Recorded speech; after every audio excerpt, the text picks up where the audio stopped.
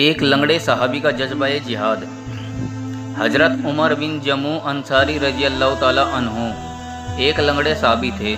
گھر سے نکلتے ہی دعا کرتے ہوئے گئے تھے کہ اے اللہ مجھے میدان جنگ سے اپنے پریوار کے پاس آنے کی اجازت نہ دے۔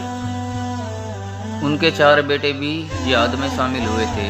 لوگوں نے ان کے لنگڑے پن کی وجہ سے انہیں لڑنے سے روک دیا، اس لیے وہ آقا صلی اللہ علیہ وسلم کی بارگاہ میں آئے اور عرض کرنے لگے، اے اللہ کے رسول مجھے اجازت دے، میں جنت کے باغیچے میں لنگڑا جانا چاہتا ہوں۔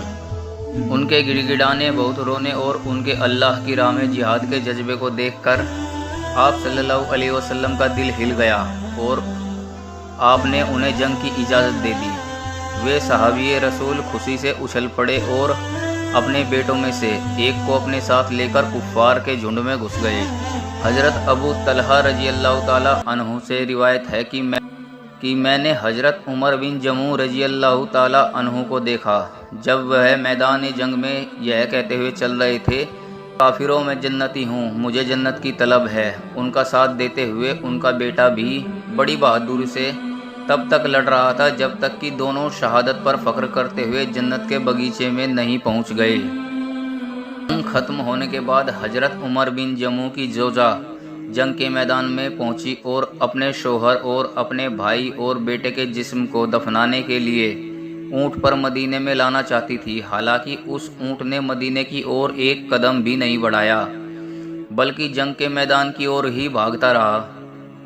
جب ہند نے اللہ کے رسول صلی اللہ علیہ وسلم کو یہ واقعہ سنایا تو انہوں نے کہا، مجھے یہ بتاؤ کیا عمر بن جمو نے گھر سے نکلتے وقت کچھ کہا؟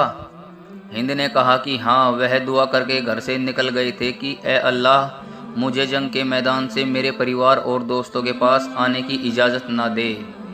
تو اللہ کے رسول صلی اللہ علیہ وسلم نے فرمایا کہ یہی وجہ ہے کہ اونٹ مدینہ کی اور نہیں بڑھ رہا ہے۔